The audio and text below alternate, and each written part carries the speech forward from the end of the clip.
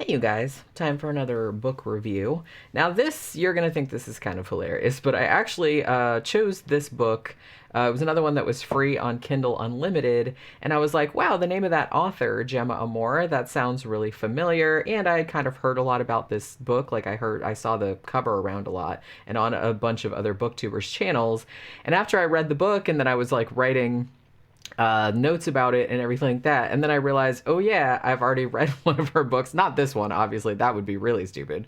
But I'd actually read one of her books before, Six Rooms, and I reviewed that like not too long ago, if you remember. But so that's why her name was familiar because I'd already read. See, I read so many books that I can't remember like from one day to the next. So I had read Six Rooms. So this is actually her 2019 novella, Dear Laura. And so this is actually the second thing of hers that I'd read. Now, she's a British writer. I think she lives in Bristol. And I think she kind of first came onto the scene back in 2018, so fairly recently. She put out a collection of short stories called Cruel Works of Nature. She's also a writer for the No Sleep podcast, and she also there's a podcast called Calling Darkness, and she's like a co-creator of that and does the writing and does like voice acting on it as well. And she's published a few other books, the aforementioned Six Rooms, which came out in 2021, which I've read. She also had a novel called White Pines. And then she did a short story collection called Till the Score is Paid, I think is called. And it was illustrated, but it doesn't really appear to be available anymore. Like, it looks like it's still on Amazon, but they said it's like out of print. I'm not really sure. So maybe it was like a limited edition. Not really sure about that. But like I said, the one we're talking about is called Dear Laura. This is a novella. It's only about 120 pages, and it came out in 2019. So the story is pretty brief and very straightforward. Despite that, though, it covers like a really long time period. It covers like essentially one person's almost their whole entire life, or at least from when they're 13 until they're, kind of older. So, so it covers a lot of ground. And again, despite it being very short, it does have like a really lot of depth to it and a lot of layers to it, as in regards to this sort of like lifelong trauma that strikes the protagonist. So Laura is the main character, obviously from the title. Now, when we start the book, she's actually a 13-year-old schoolgirl, in the UK, presumably.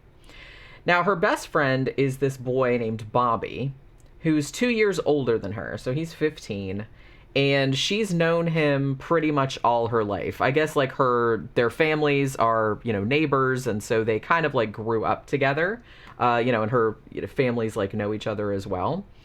So they've been pretty much inseparable since they were both very, very young. However, now that they've gotten into their teenage years and those hormones have started raging or whatever, they've started to develop some sort of new and kind of awkward feelings toward one another. And they decide that they're going to, quote unquote, go steady, which at this point, like I said, she's 13 and he's 15. So it seems like a little chaste where they're just kind of holding hands and stuff like that. But it's a little bit, like I said, awkward for them because they've known each other all their lives, but now they're kind of trying to navigate this new sort of like relationship type of thing, and they don't really know how to behave. Now, a lot of this kind of vibe is not really spelled out because this part of the book is actually really, really short. It's only like a few pages.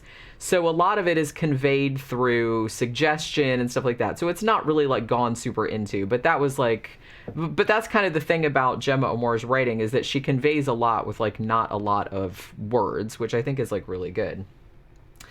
Now, it so happens that the first day that Laura and Bobby are like an official couple is also Laura's birthday. So it's a weekday. Her and Bobby are standing at the bus stop, as they do pretty much every weekday morning. And they're just standing there hand in hand, not really talking to each other. Like I said, it's awkward because now we're boyfriend, girlfriend. They don't really know how to act, you know what I mean? So there's that kind of thing. So while they're standing there waiting, this blue van pulls up not too far away, like to the curb. Laura can't see who it is that's driving it, although she does get she just kind of sees him in shadow. She gets the impression that it's like a very large, like a very bulky man. Now, oddly, Bobby just walks over to the van and kind of leans in the driver's side window and starts talking to the dude, like, without saying anything to her. Like, you know, like, hey, wait a minute, or hey, I know that guy, or anything like that. He just goes over there and starts talking to the guy. Now, from Laura's perception, she said it doesn't exactly look like he knows that dude, but it doesn't really look like he's super afraid of him either. And we're not really entirely sure why. Like I said, it's like a 15-year-old kid, and he's very tall, he says, and, you know, so he kind of has to lean down a little bit, like, to talk to the guy, like, inside the car. And they seem like they're talking, and, you know, Bobby kind of laughs and shit like that. And then, very weirdly, Bobby just, like, walks around the van and gets into the passenger side.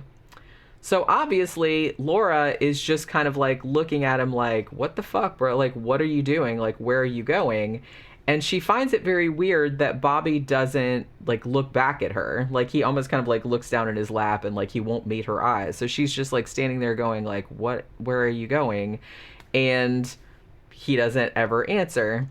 So then the van drives away. And, not surprisingly, because this is a horror novel, Bobby is never seen again. Like, he goes missing. Obviously, because this is her best friend, she's known him all her life, Laura falls into a profound depression because of this. Not only because that's her best friend and now her new boyfriend, but also because she blames herself. She's like, why didn't I do something to prevent it? Like, why didn't I run over there and be like, hey, what are you doing? She feels like she could have stopped it from happening. So she feels really guilty. And the fucked up thing is that Bobby's parents also kind of low-key blame her a little bit. And she's sort of like too, I mean, she's only 13, so she's too young to realize that it absolutely was not her fault and that these adults are kind of being shitty, like blaming her like she could have done something. Like I said, she was just a 13-year-old girl. So as if all this situation isn't bad enough for a child that age, on Laura's next birthday, so a year after Bobby's disappearance, this weird, dirty yellow envelope comes through her letterbox. And obviously it hasn't been mailed because there's not any postage on it. And it has her name on it, just says Laura on it. So she opens this letter. Now, the person that's written the letter is known only as X. That's what they sign the letters as. X claims to know where Bobby is and says, I will give you clues to how you can find him if you do some increasingly creepy, I guess you'd call them favors, but he wants things from her. I don't want to spoil too much about this, and it's like really hard, and it's pretty short. So, you know, like I said, it's kind of like hard to talk about without spoiling too much about it, but let's call it favors. But he wants things from her in exchange for clues to where Bobby is. So if she does what he asks in the particular letter, like he'll send her in the next letter, he'll send her like a series of coordinates, and she'll go out there, and then it's sort of like a, I don't know, like a treasure hunt, I guess, which is sort of fucked up, but it's looking for her best friend.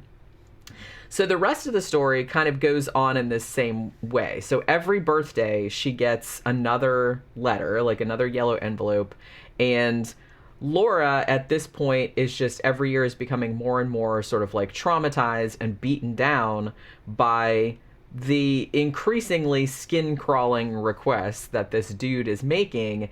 And she's also getting really frustrated because even though he keeps like dangling it in front of her that, you know, trying to find out like clues to where Bobby is, he basically keeps sending her all these coordinates, and she goes there and then there's like nothing there. And so she's getting really mad about it, but she also is still pretty young and she doesn't really know.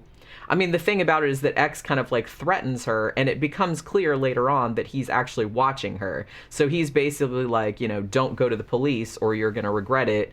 And she doesn't want to at first because she kind of feels like, oh, well, you know, after it happens a few times, she's like, oh, well, it's too late now because they'll ask, why didn't you come sooner? And blah, blah, blah. Like, if this guy apparently like knows who he is or was the one that took Bobby.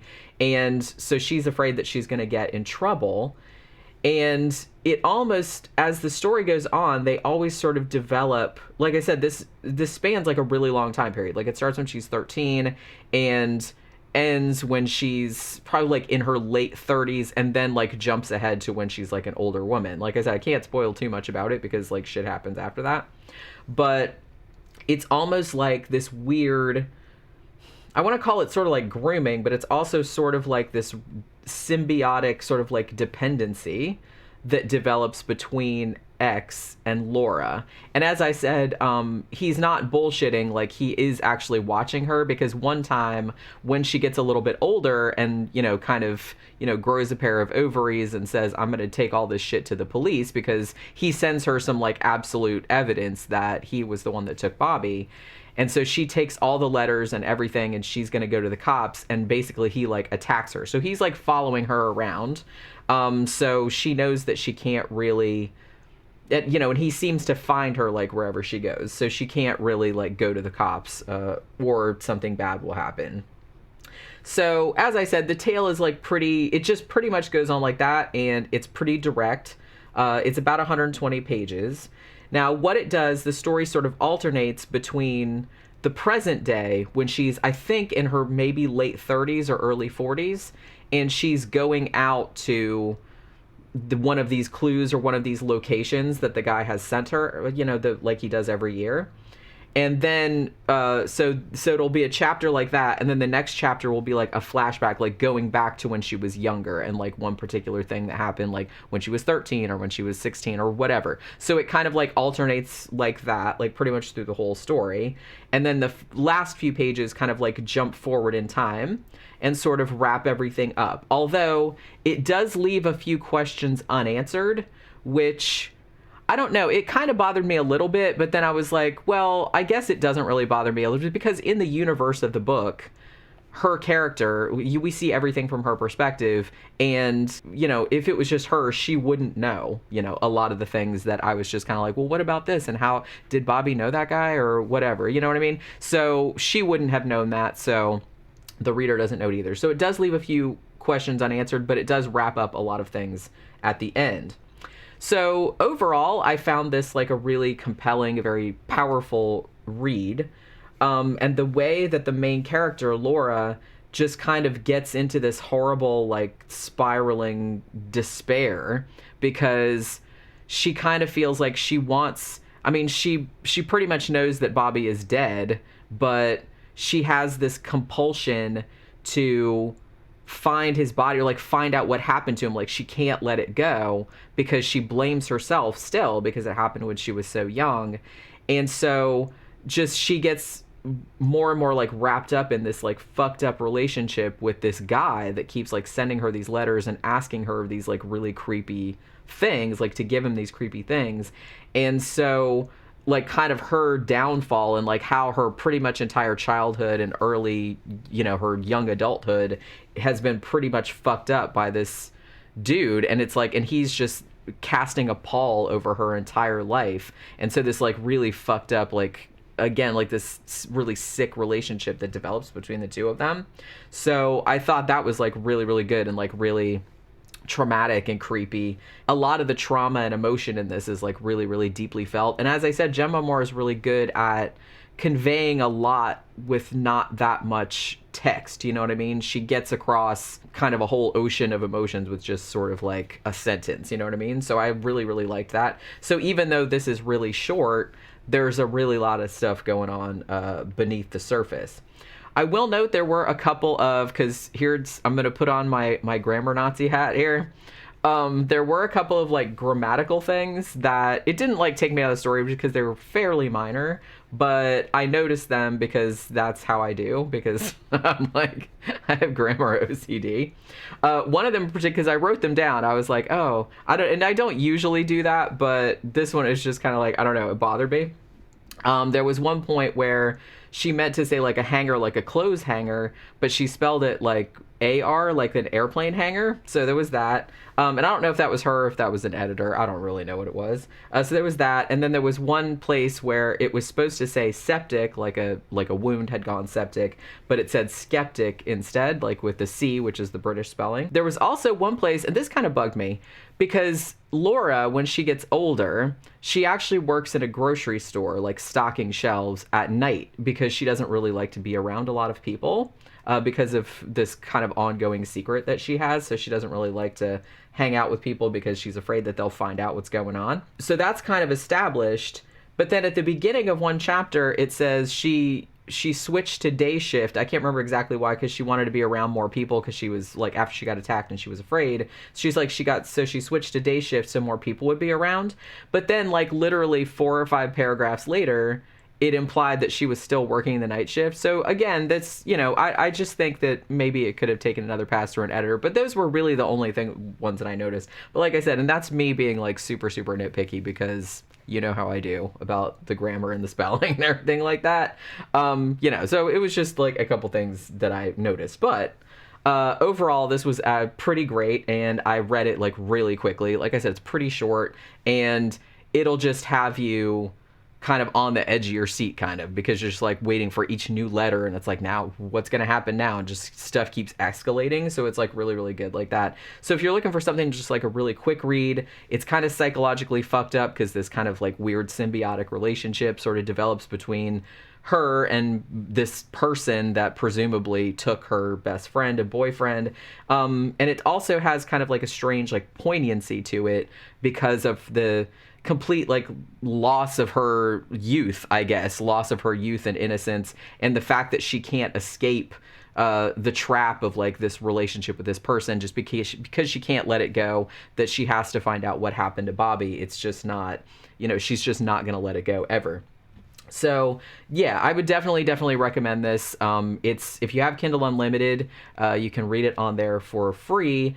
I think I liked this one a little bit better than 6 Rooms. I remember liking that one quite a bit. Although I can't remember, like I know I did a review of that one, but I think I liked this one a little better. It was just more concise, I guess, and it was just like, I liked that it was just like this constantly like developing mystery, and it was like really straightforward, and so you were just kind of like, well shit, and then what happened, and then what happened. So it was like really good. It was a really, really quick read. So yeah, I would definitely recommend this one. So that will do it for this installment of Tones of Terror, and I will see you guys on the next one. Bye.